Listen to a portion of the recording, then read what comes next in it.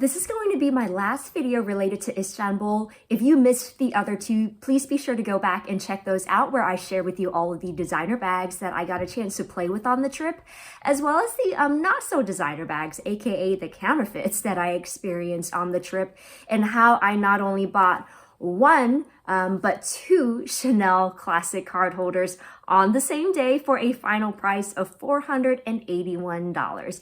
Yeah, long story short, one of the card holders was just $1. So go watch that video for the full story if you are interested. I did also mention that I bought one other item on the trip, so that's what we're going to unbox together today in this video. And I might as well share with you some of the other items that I have recently picked up this fall. So let's get into it. Considering that I was in Istanbul for a work trip, my mind was more on work and less on leisure, at least some of the time.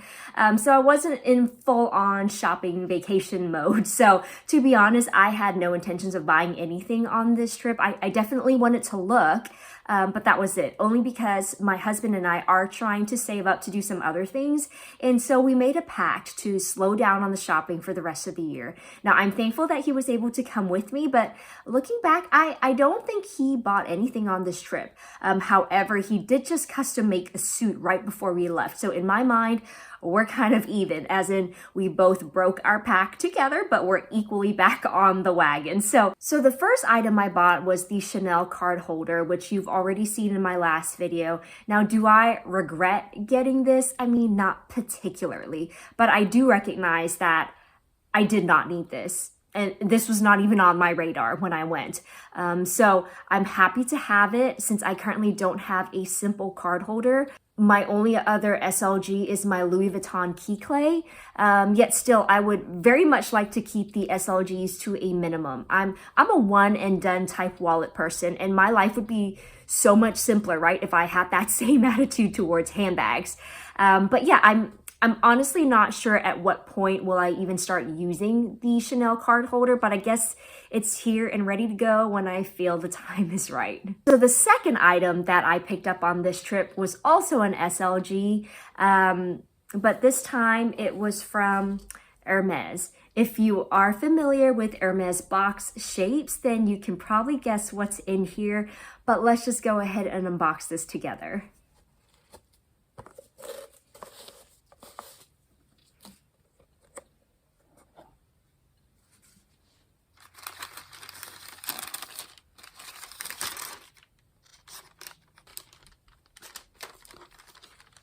So this is my first store-bought Rodeo Pegasus in the PM size. I can't even tell you what all the different colors are. It's not on the receipt, but this is as real-life horsey as it gets, isn't it? Now, again, did I need a Rodeo Pegasus? Absolutely not. In fact, I just recently sold the other one I had, and I'm pretty sure I made a video about that a year ago about how I bought it to incentivize me to use my Longchamp bag more. And in the end, I have since sold both the bag and the charm. So I'm not 100% sure how we ended up back here. Besides to say, apparently I couldn't help myself. Besides, I went into 3 Hermes stores on this trip alone, and each store was lousy with Rodeos. They had so many monochrome versions, which I know are all the rage at the moment, and I was just so surprised when the SA was like, yeah, they're all for sale, like, go nuts.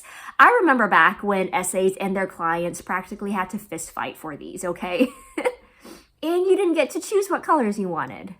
Now, on that note, I feel like I have been seeing these drop more consistently on the US website.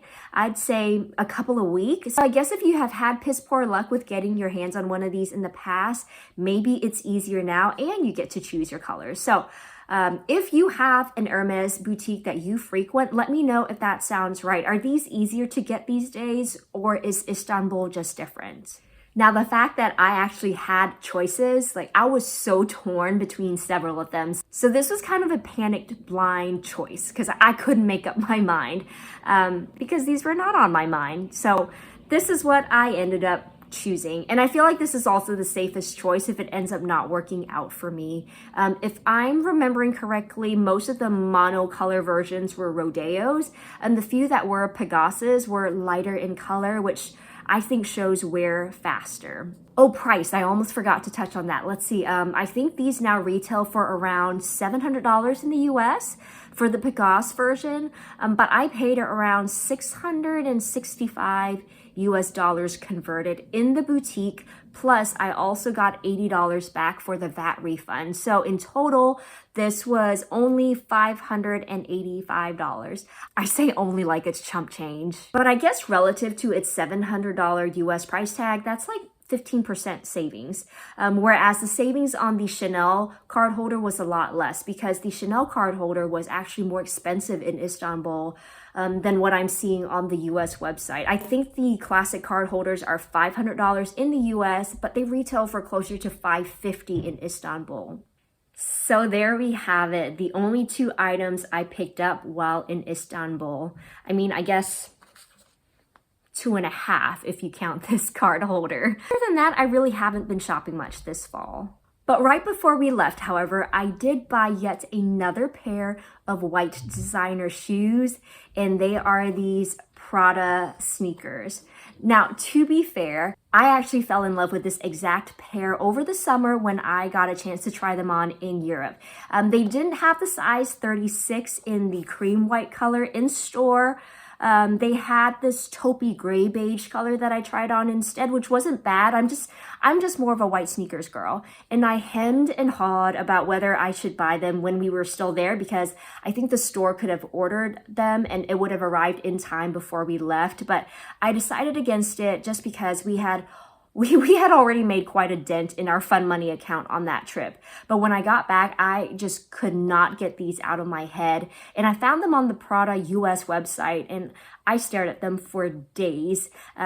But we had already made our pact to slow down on the shopping. So while I did get my husband's blessing to just buy them and be done with it before we officially started our shopping hiatus, I just decided to make myself forget about them instead. Plus, I justified it by acknowledging that I already had 2 pairs of white designer sneakers, right? I have my Kelly Day sneakers and I have my Dior Star sneakers. So deep down, I knew I didn't need a 3rd pair of white designer sneakers, but I'm telling you, the Pradas put the other 2 to shame, which was the only reason why I was even considering them when we were at the boutique. Like, it's no secret that I do not find the Kelly Day sneakers to be comfortable at all. And when I bought the Dior Star sneakers, these are leaps and bounds better than the Day sneakers. But then I swear, the Pradas, are the most comfortable sneakers I have ever worn, designer or not. And I think that's because the leather is just so soft and supple relative to the other 2. And so, yeah, it was hard to put these out of my mind, but I managed to do it for a month or 2 until 24S happened. I swear, that website, their pricing just baffles me. I think it was early in October, I got this email that they were having a limited time sale on select items. And while I was just scrolling through the list to scope it out, lo and behold, I saw these on the sale list for $740. These retail for $995. Even now, they are still retailing for $995 on the official Prada website. Like, how is 24S doing this? I typically don't shop on 24S, so I still have a lot to learn about how the website works and how they are pulling off these sales. Like the same thing with the Loewe puzzle pouch, which it's no longer available on the 24S website. It was for a while though, and it was consistently listed for $200 cheaper compared to the official Loewe website. While I was actually in Istanbul, it was part of a flash sale, which brought the price down to $1,200. Again, this bag is still available on the Loewe website at a full price of $1,600. I also made a community post about seeing Louis Vuitton products on sale on the 24S website. So I guess that's a website to keep your eye on these days. Okay, I'm getting off track. Back to these shoes. Yes, I saw these listed for $740 and I just lost control of my cart clicking fingers. So fast forward to today, if I had to recommend just one out of these three, hands down, get the Prada sneakers. I mean, maybe try them on first just to make sure they work for your foot. But I'd be hard pressed to find you say that the day sneaker is going to be more comfortable than these. I think that's just because the leather, like I said, it's just, can you see just how soft and squishy this is? There's just no break-in period, and it just molds so naturally to your foot versus the Kelly Day sneaker and even the Dior sneakers. This has much more of a tennis sneaker feel. Plus, both of these are made of a stiffer leather and they have a thicker sole. So this is actually also my first pair of Prada sneakers. My husband was the one who convinced me that I had to check them out. He has a couple and they are some of his favorite sneakers in his collection in terms of comfort. So yeah, out of these three recent purchases, this wins hands down. And now that I'm thinking about it, it's kind of ridiculous that the Chanel card holder and the Hermes horsey are like about the same price point as these sneakers. Anyways, that's all I have to share in this video. Like I said, I haven't been doing a ton of shopping this fall because I'm kind of shopped out financially speaking. So until the fun money bucket gets replenished or I start to sell off some of my stuff, we're just gonna be making our wish list and checking it twice. Let me know if you have any questions about any of these items, and thank you so much for watching this video today. If you enjoyed it, please don't forget to like, subscribe, and hit that notification bell, and I can't wait to see you back next time.